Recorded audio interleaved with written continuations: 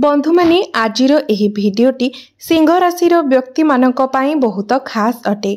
आजिर एही भिडियो रे आमे माने जानिबा सिंह राशि पई एही सेप्टेम्बर 2024 टी किपरि रहिबो। सिंह राशिर मासिक राशिफल उपरे आलोचना करिबा।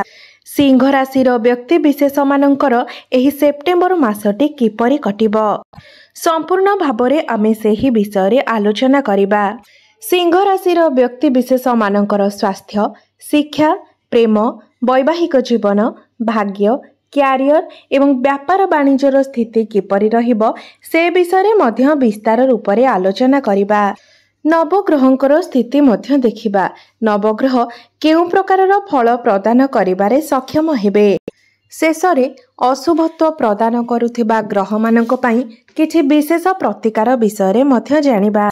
सेथिपाई भिडियोटी को स्किप न करी शेष पर्यंत निश्चय देखंतु। तेबे आसंतु आरंभ करिबा एही कार्यक्रमटी को जहाकी जन्म राशि चंद्र राशि उपरे आधारित अटे। सेप्टेम्बर मास आरंभ रे सिंह राशि रे नवग्रहंकर स्थिति विषय रे सर्वप्रथमे जानिबा। तेबे एहा पूर्वरो जदि आपणकर सिंह राशि होइथाय तेबे भिडियोटी को लाइक करी चैनलटी को सब्सक्राइब करि दियंतु एवं कमेंट बॉक्स रे जय श्री जगन्नाथ निश्चय लिखंतु। तो सर्वप्रथमे जानिबा एही सेप्टेम्बर मासरे सिंह राशि रे नवग्रहंकर स्थिति किपरि रहिबो। बंधु माने राशि चक्रर पंचम राशि हेउछि सिंह राशि एवं आपणक राशिर अधिपति हेउछंती सूर्य देव। तो आपणकर कुंडलीर प्रथम भावरे अछंती सूर्य एवं बुध। आपणकर द्वितीय भावरे अछंती केतु एवं शुक्र। सप्तम भावरे अछंती शनि। अष्टम भावरे अछंती राहु। दशम भावरे अछंती देवगुरु बृहस्पति एवं एकादश भावरे अछंती मंगल। तेबे सर्वप्रथमे आसंतु जानि नेबा आपणकर स्वास्थ्य किपरि रहिबो एही सेप्टेम्बर 2024 रे। तो बंधु माने कुंडलीर प्रथम भावटी होइथाय आपणकर स्वास्थ्यर भाव, आपणकर इम्यूनिटी सिस्टम रो भाव एवं आपणकर प्रथम भावर अधिपति सूर्यदेव निज गृहरे अर्थात आपणकर प्रथम भावरे ही अछंती एवं जेतेबेले आपणकर प्रथम भावर अधिपति स्वगृहरे अछंती तो आपणकर स्वास्थ्य एही मासरे भल रहिबो एवं 16 सेप्टेम्बर को सूर्य आपणकर द्वितीय भाव को चलन करिवे। सेठारे मध्य सूर्यंकर स्थिति भल रहिबो। शनिकर दृष्टि आपणकर प्रथम भाव उपरे रहुछि, मात्र ताहा चिंतार कोनोसी विषय नहीं। तो 16 सेप्टेम्बर परे केवल आपण इन्फेक्शन, एलर्जी एही भली टिके समस्या को ध्यान रे रखिबे। जदि आपण बाहर को जाउछंती तो एसबु प्रति टिके ध्यान रखिबे। एहा व्यतीत आपणकर स्वास्थ्य को नेकी कोनोसी बड़ चिंतार विषय नहीं। एबे आसंतु जानिबा आपणकर शिक्षा जीवन किपरि रहिबो एही सेप्टेम्बर 2024 रे। विद्यार्थी मानक पई किपरि रहिबो एही सेप्टेम्बर मासटी। तो बंधु माने आपणक कुंडलीर पंचम भावटी होइथाय आपणकर शिक्षार भाव एवं आपणकर पंचम भावर अधिपति हेउछंती देवगुरु बृहस्पति, जे कि आपणकर दशम भावरे विराजमान अछंती। गुरु आपणकर केंद्र रे अछंती। तो आपणकर शिक्षा क्षेत्र एही मासरे भल रहिबो। सूर्यंकर स्थिति भल रहिछि, बुधंकर स्थिति मध्य भल रहिछि एवं शुक्र मध्य आपणकर द्वितीय भावरे विराजमान अछंती एवं मंगलंकर दृष्टि मध्य आपणकर पंचम भाव उपरे रहुछि। तो एही समय आपण शिक्षा क्षेत्र रे एनर्जेटिक रहिबे। आपणक मध्यरे अधिक स्टामिना रहिबो। पाठ पढ़ा को नै आपणक मध्यरे पॉजिटिव एनर्जी रहिबो, कारण मंगल आपणक पई जोग कारक ग्रह अटंती एवं मंगलंकर दृष्टि आपणकर पंचम भाव उपरे रहुछि, अर्थात पाठ पढ़ा को नै आपणक मध्यरे अधिक उत्साह रहिबो। एही मासरे जदि आपणकर कोनोसी एग्जाम रहिछि, विशेष करी 16 सेप्टेम्बर पूर्वरु जदि आपणकर कोनोसी एग्जाम रहिछि तो सेथिरे निश्चित भावरे आपणको शुभ फल प्राप्ति हेबो, कारण 16 सेप्टेम्बर पूर्वरु सूर्य निजर स्वगृहरे रहुछंती, जहाकी संपूर्ण वर्षरे केवल गोटिए थर होइथाय जेतेबेले सूर्य निजर स्वगृहरे रहिथांती। तो एही मासटी आपणकर पाठपढ़ा को नहीं बहुत भल रहिबो। एबे आसंतु जानिबा आपणकर प्रेम जीवन किपरि रहिबो एही सेप्टेम्बर 2024 रे। तो बंधु माने कुंडलीर पंचम भावटी आपणकर पाठपढ़ार भाव हेबा सहित कुंडलीर पंचम भावटी होइथाय आपणकर प्रेम जीवनर भाव, आपणकर संतानर भाव एवं आपणकर पंचम भावर अधिपति हेउछन्ति देवगुरु बृहस्पति, जे कि आपणकर दशम भावरे विराजमान अछंती। मंगलंकर दृष्टि आपणकर पंचम भाव उपरे रहुछि। सूर्यंक सहित बुध अछंती एवं सूर्य आपणकर प्रथम भावरे अछंती, जहा फलरे आपणक मध्यरे टिके राग स्वभाव देखादेब, आपणक मध्यरे डोमिनेटिंग नेचर मध्य देखादेब एवं मंगलंकर दृष्टि पंचम भावरे रहुथिबा हेतु आपणकर पार्टनरक मध्यरे मध्य एही सबु स्वभाव देखिबाकू मिली पारे, जहा फलरे समय समय आपणक मध्यरे किछिटा समस्या देखा देई पारे। एहा सत्वे भी जेहेतु गुरु आपणकर दशम भावरे अछंती, तेणु आपणक मध्यरे छोट मोट झगड़ा हेले भी मनांतर मतांतर हेले भी एहार समाधान होई जिवो। आपणकर प्रेम जीवन उपरे एहार कोनोसी भी खराब प्रभाव पड़िबो नाही।